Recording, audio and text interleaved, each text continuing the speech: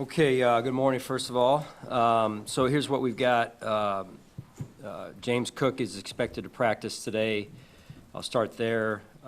We signed Trey Herndon and released Matt Sokol. Appreciate everything Matt did. Really good person, player as well. Again, the reminder of the business here, business side of things.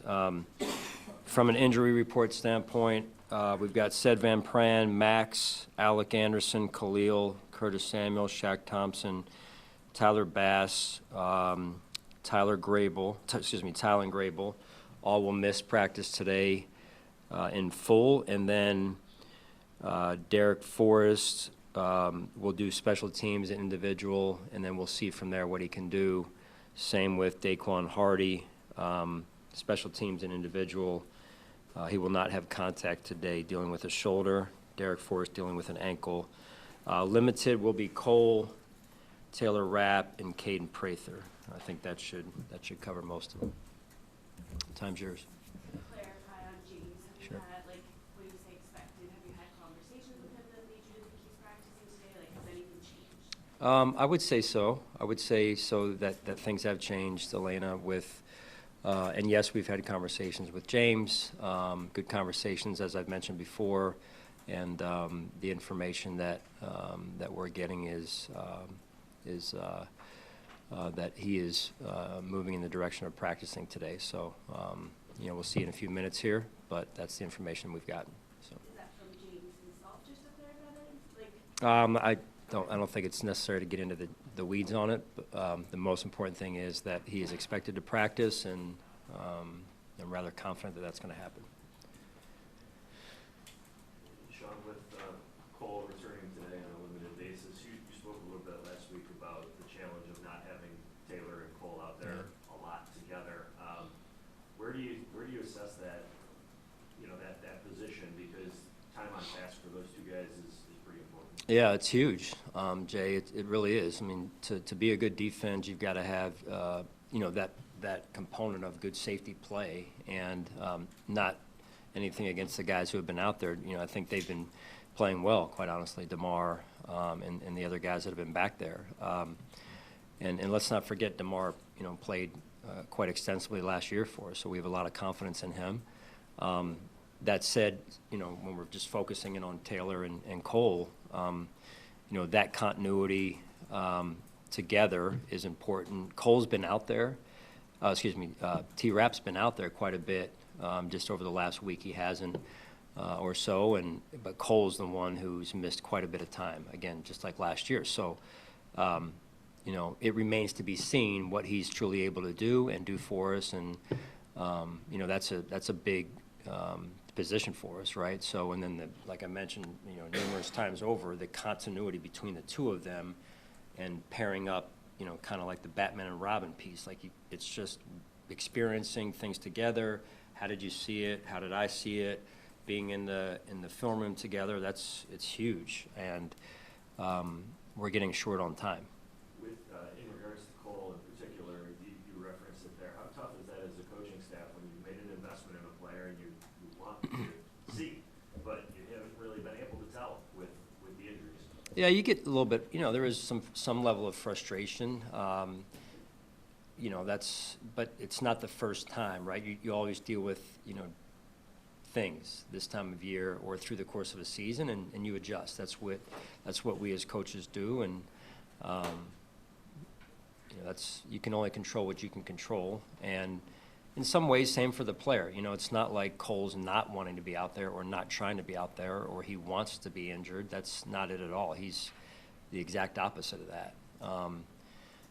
That said, there is a piece of this that, hey, we don't know because we haven't seen enough at this point. So it's a little bit of a question mark right now in terms of the position overall, but it is an important position for a defense. Sean, you had such a unique thing with Micah and Jordan, and I know that's in the past, but has it, not specifically to these players or the injuries, but has it had to make you change the way you look at the position for your team, just because you had that experience that were out there, it seems like, all the time, and between injuries and youth, it's different now than it was then? Do do you look at the position itself from your total defense differently than you Yeah, did before? not necessarily, Mike. I think the biggest thing is you cannot lower your standards, right? And it is such an important position to a defense. I mean, years ago, coaching Brian Dawkins, we had Mike Lewis next to him, we had Tim Houck next to him, we had Blaine Bishop next to him. And you know, that pairing up is critical, probably more than any position on the field, offensively, defensively. And I think the important piece is that we don't lower our standards. If we want to be a good defense, you got to have two safeties that can play football for you. What did you think about Michael White, what he showed you on his snap Saturday, and what have you learned about him since camp started and has gone on? Yeah, I like him. You know, we talk about being a smart football team on defense, in particular in this case, and he is smart, he's tough, he can set a tone for us, and so he's been a really good addition. We've had our eyes on him for, you know, a few years, and to get him here now, it's you know, what you see on tape, you really never know until you get a player here, and free agency is always a little bit, some unknown, because you just don't know, you know, coming from a different locker room, culture, what have you, but I think he's going to be able to help us, and you know, unfortunately, he'll be gone for the first 6, so we've got to manage that, as you guys know. Sean, on Tyler, where is he right now, Tyler Bass, and how do you balance not being able to have that operation take place here in the middle of, you know, training camp just a couple weeks away? Yeah, I mean, that's, again, similar to the safety position. Some level of we got to get going, and Tyler knows that. You know, we've talked. I know Coach Tabes and Tyler have talked. You know, we got to get going, and he'll be out there today a little bit. We're trying to get him going. I said he's going to be out there in like limited fashion-ish. What he's going to do is, yeah, he's on a program, and it's, you know, crawl, walk, run, for lack of a better way of saying it. And then you know, the other kicker will be out there too for us. So that'll help us actually be able to get some things done from an operation standpoint, you know, working on some things, and you know, it's, you know, we're getting closer, like for all these guys who have been out, you know, a significant amount of time, we're getting closer and closer to the start of the season, and you know, no one's going to feel sorry for us, so we got to get ready to go. So time's running out. Hey, Sean, with Grable and Said both sidelines, you get to look at some other guys. Can you give us your thoughts on what you thought of Chase Young? You played him at some tackle, some guard. It's a guy that, you know, you drafted. You need to find a swing offensive line. Yeah, I thought he did some good things, and I would, you know, if Chrome was sitting here, Joe, they'd echo the same. You know, to be able to play two positions, I think shows some level of flexibility. For all these guys that played their first game, it was their first game, right? I'm sure you guys remember the first story you ever wrote, right? And where you are now, what an adjustment. And so it's no different for me, like first game you ever coached compared to now, and it's for our veteran players even. You know, you go through your first preseason game, and you're like, okay, I'm back in the saddle again, and it doesn't always go exactly the way you would hope, but the adjustment from game 1 to game 2 for these players, young players, older players alike, is important. And this week here is a big week for us. You know, from practice the next couple of days, 2 hard practices that we have drawn up, and then obviously traveling to Chicago and practicing against them, and then playing on Sunday night. Is there any timeline on Maxwell Harrison in terms of like when he can start kind of ramped up again? Yeah, I don't have any true updates other than he is, you know, off the crutches and starting to move around a little bit more, and you know, starting to move around and now walk through for the first time. So you know, it's a little bit like Cole's situation last year. When you get injured, unfortunately, as a young player, you're missing a ton of fill in the blank reps, experience, technique work, fundamentals, all those things, and so, you know, there's going to be you know, a lot of work to get done here as he continues to get going from a ramp up standpoint. Sean, how about Curtis Samuel? You know, we saw him in pregame warm-ups on Saturday before the game, but as you just mentioned, that he won't practice. Is he relatively close? We're getting close. Relatively, is it? Yeah, we're getting close. And I would say, you know, with there's progress in all these names that I read off. You know, it's just sometimes small progress, you know, or we'll get, hey, we think we're making progress.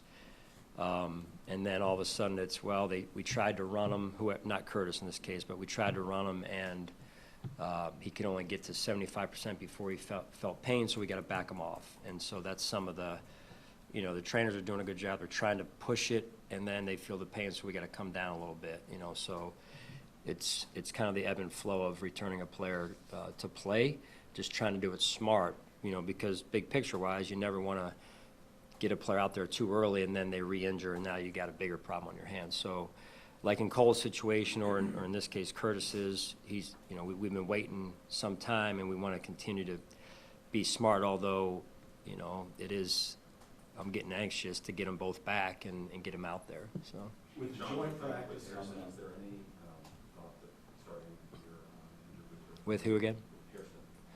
Pearson? We have not had those specific conversations. Due to the timeline, there may be a conversation that needs to be had at some point. Right now, we have not visited that.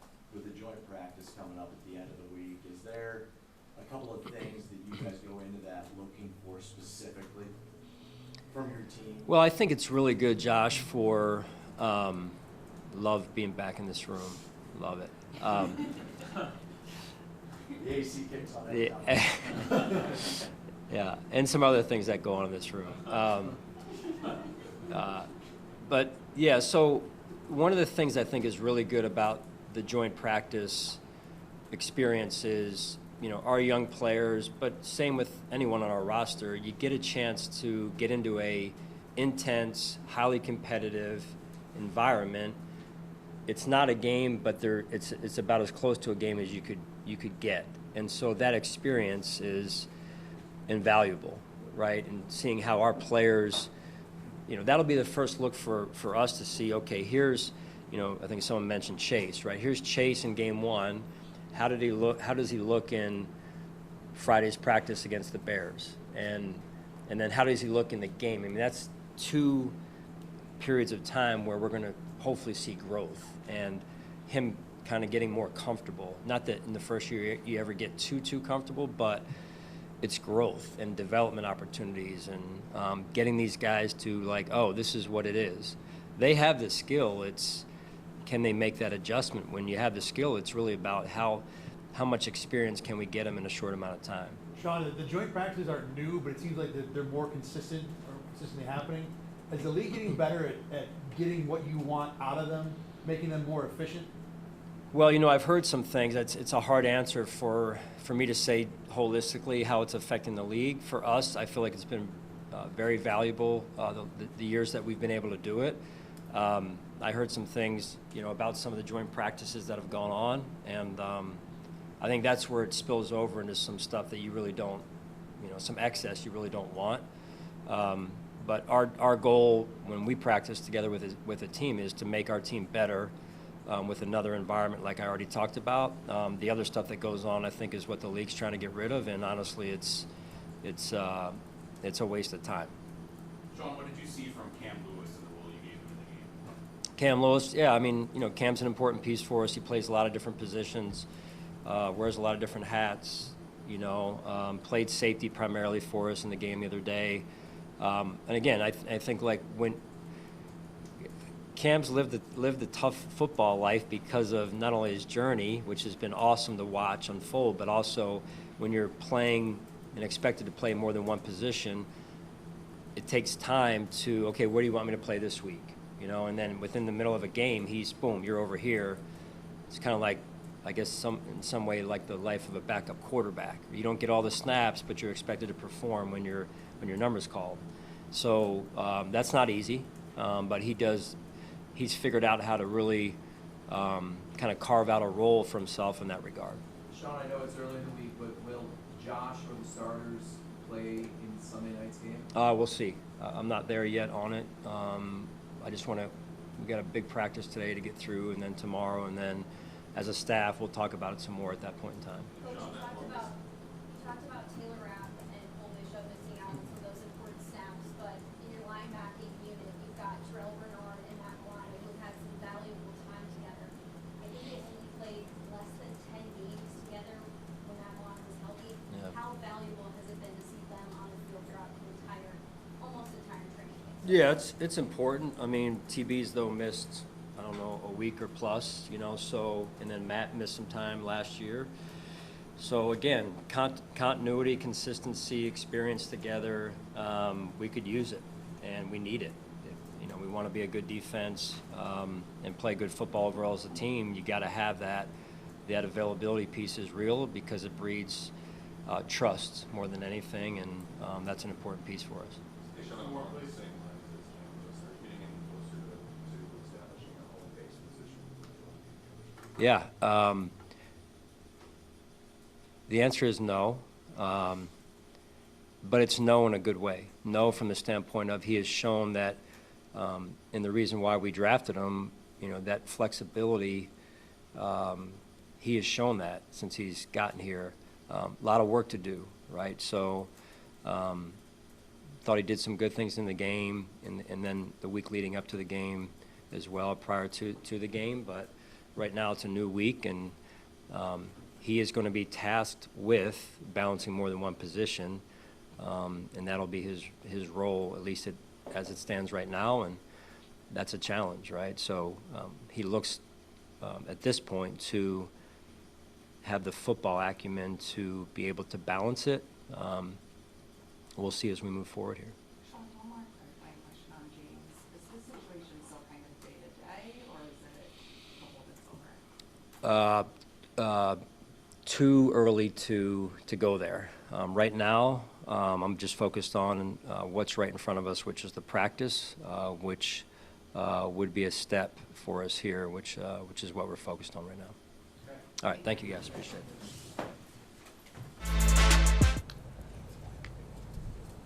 You're gonna do this the way Coach McDermott wants you to do it, but in order to get yourself from that position, You know, I think we are in a good spot. I think that going and practicing against somebody where you're not live, I think those are good reps to get. It's practicing against somebody else. So no, I don't think I need preseason reps. If I were to get them, I'd appreciate them, but I don't think it's a situation where we need to get out there.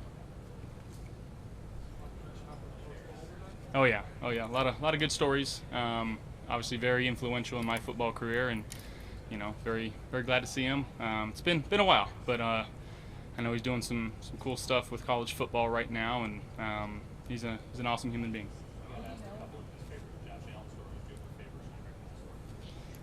Favorite Greg Bowl story? No. Betty Lou. Betty Lou. Ain't that right, Coach? We'll keep those under wraps. You also said you weren't, you've never been big on slide. No, never. And that was a point of emphasis that Coach Bull tried to instill in me. But he's a fantastic coach, but didn't do great in that aspect of trying to get me down to slide. But that's my fault. You're going to be inducted into the Wyoming Sports Hall of Fame. What does that achievement mean to you? It's very cool to be remembered there. You know, Coach Bull and University of Wyoming obviously wouldn't be here without them, and it's very cool to be honored by something so close and near to my heart. And yeah, it's a pretty cool achievement. I know you said last week, you know, you guys wanted something done with James, and it wasn't in practice. He was out there for 1 month. He was at practice today.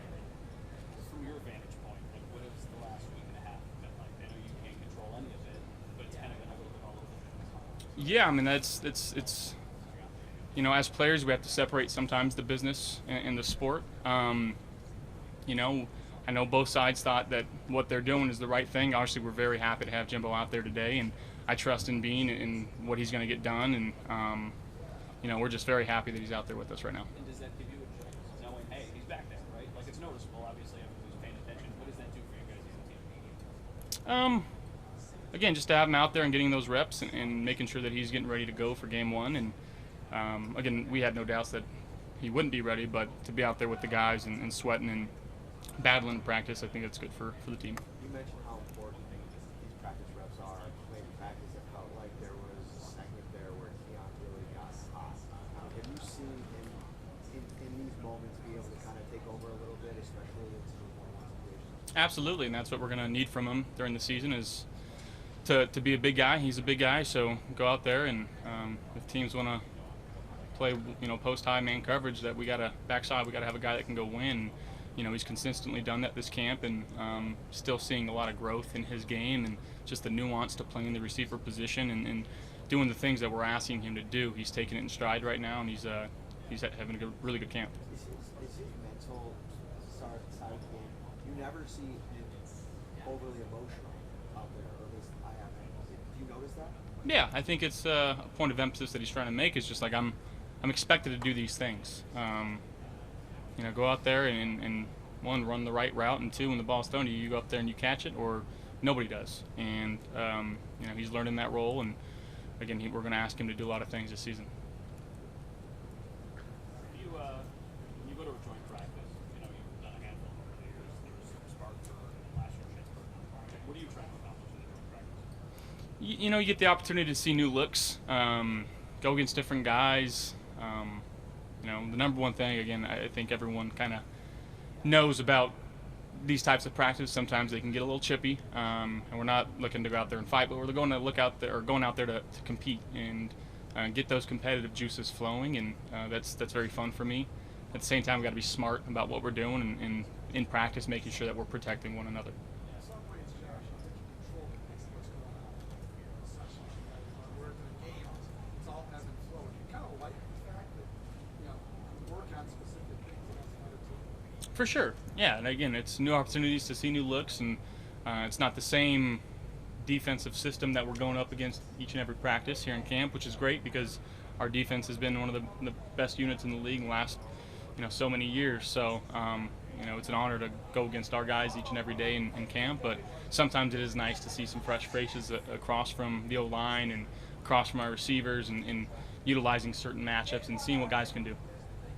Did you see what happened with Keon in practice, and what do you think it was? No, didn't see. Hopefully everything's all right. But yeah, guys got to step up and play in the absence.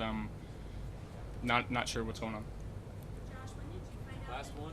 that James wasn't going to practice today? What's your communication kind of been like with him this past week? It's been extremely normal between us. Not going to ask him to do anything that he doesn't want to do or wouldn't do, or I wouldn't do myself. So I understand that, in his mind, it was the right thing to do, and I trust him. But yeah, very happy to have him back out there today. Hey guys. Thanks, Josh.